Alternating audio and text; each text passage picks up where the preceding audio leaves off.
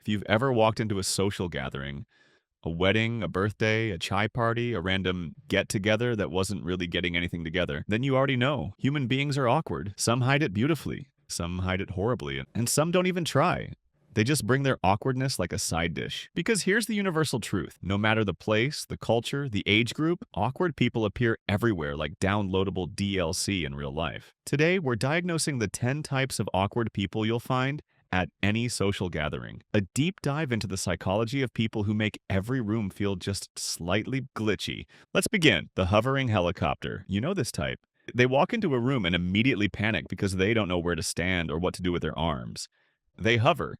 Not fully in any group, not fully out, just orbiting social circles like a lonely satellite. Their mind is a crisis center. Should I join this conversation? They're laughing. Maybe I should laugh too. Do I look like I'm eavesdropping? What do I even do with my hands? And psychologically, this arises from a fear of intrusion. Their brain is hyperwired to avoid interrupting, so they end up stuck in an endless loop of polite hesitancy. You'll see them pretending to check their phone, nodding at conversations they aren't part of, sipping water they don't want, basically buffering like a YouTube video on bad Wi-Fi. Someone please give them a chair or a purpose. The self-introduction overthinker, this person's biggest enemy, saying their own name. You tell them, "Hi, nice to meet you. What's your name?" And suddenly they malfunction like a robot experiencing emotional overheating. My name? Oh, yeah, yes, it's you go first. Their brain is rehearsing the same sentence 15 times. Hi, I'm Amir. No, too formal. Maybe just Amir? Should I shake hands?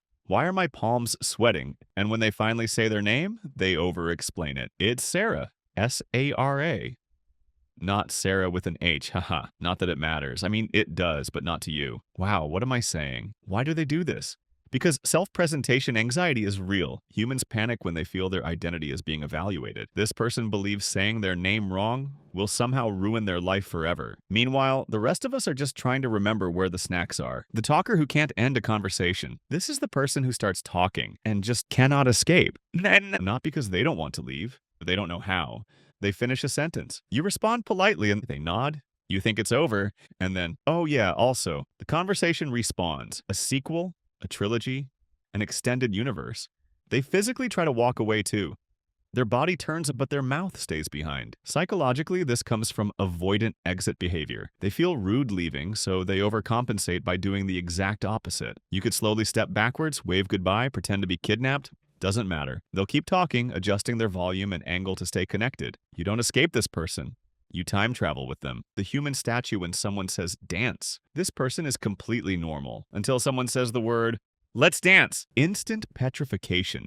Their soul evaporates. Their bones stiffen. Their brain hits airplane mode. They stand there like a confused Minecraft character, arms glued, eyes wide, knees refusing to cooperate. And if someone tries to drag them onto the dance floor, they laugh nervously. Haha, no, I don't dance. I have a condition. The condition is called extreme self-awareness, a psychological phenomenon where your body forgets how to function when you think too much about yourself. Fun fact, this person actually does know how to dance, just not in front of humans. In their room, Bollywood star, public event, panic penguin. The early leaver who can't say goodbye. This one spends the entire event planning their exit strategy like it's a military operation. They whisper to their friend, I'm leaving in 10 minutes. But they said the same thing an hour ago, and they will say it again 3 more times. They walk toward the door. Someone stops them.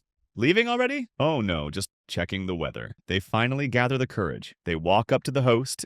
They rehearse their goodbye speech in their mind. Then, oops, someone else started talking to the host. They stand there awkwardly, half hovering, half smiling, holding their jacket like a sad ghost waiting to be released. This arises from politeness paralysis, the fear of interrupting at the wrong time, merged with the guilt of leaving too early. By the time they actually exit, even the DJ is packing up. The food anxiety ninja. This one attends gatherings mostly for the food, but absolutely refuses to look like they came for the food. They walk past the buffet pretending not to care, but their eyes? Scouting plates like a secret agent. Is that a burger? Is that chicken or beef? Why is someone taking the last slice of pizza? Traitor. When they finally eat, they serve themselves politely tiny portions because God forbid anyone thinks they're hungry. Their internal dialogue, take 2 kebabs. No. 1. No. Half. No, just sniff it. Then when nobody's looking, they sneak back like a ninja for round 2. Psychologically, this comes from the fear of social judgment. The idea that people are silently counting how many pakoras you ate. They aren't. This person goes home still hungry, wondering why life is unfair. It's not unfair. Your plate was the person who laughs at the wrong time. Ah, yes, the one who turns every serious moment into emotional chaos. Someone says, "My cat passed away." Awkward person, awkward chuckle. Oh, haha, oh no, that's sad. Haha, I need water. They don't want to laugh. Their body betrays them. It's a biological glitch, nervous laughter triggered by sudden emotional intensity. They laugh at tragic stories, heartfelt speeches, long silences. The moment the music stops, the host announcing something serious. Psychology calls this incongruent affect regulation. The brain tries to release tension by choosing the absolute worst emotional response possible. This person goes home replaying the incident in bed, whispering, "Why am I like this?" No one knows, not even science. The serial apologizer. This type apologizes for things that aren't even remotely their fault. Sorry, can I pass by? Sorry, is this chair empty? Sorry, did my breathing disturb you? Sorry, I exist? They bump into a wall and say sorry to the wall. This behavior comes from hyperempathic conditioning, the belief that you must minimize your impact on others by apologizing constantly. Anyone trying to talk to them needs subtitles. "Hi, how are you?" Sorry. No, I didn't even say anything yet. Sorry. They spend the whole event trying not to inconvenience even the furniture. Please, someone tell them, existing is not a crime. The name forgetter who pretends they remember. This person meets someone one time, then instantly forgets their name forever. Next time they see them, panic takes over their brain. Who is this? Kevin? Kareem?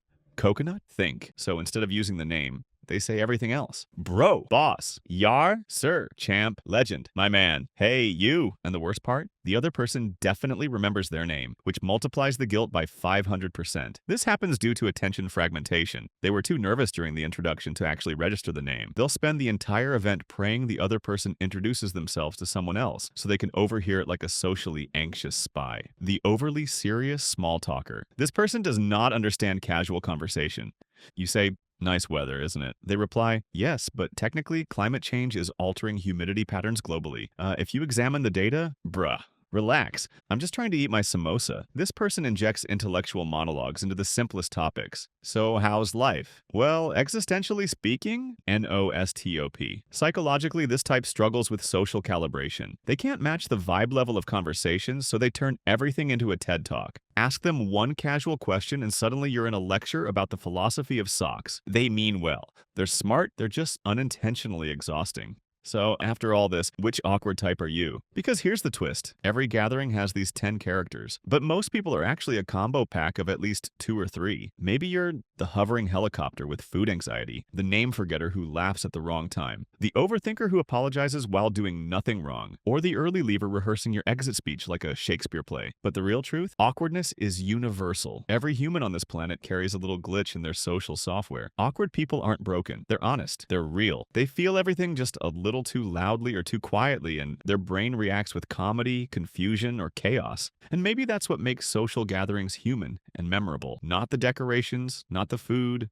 not the activities, but these small, hilarious, painfully relatable, awkward moments that remind us we're all trying our best to belong, communicate, and navigate the weird maze called human interaction. Because at the end of the day, gatherings aren't perfect. People aren't perfect. Conversations aren't perfect, and maybe they're not supposed to be. So the next time you attend a party, a dinner, a wedding, or a casual hangout, don't worry about being smooth, confident, or socially flawless. Just show up. Be human. Be awkward if you must. Because the truth is, your awkwardness isn't ruining the gathering. It's completing it. And that's the most beautifully human thing of all.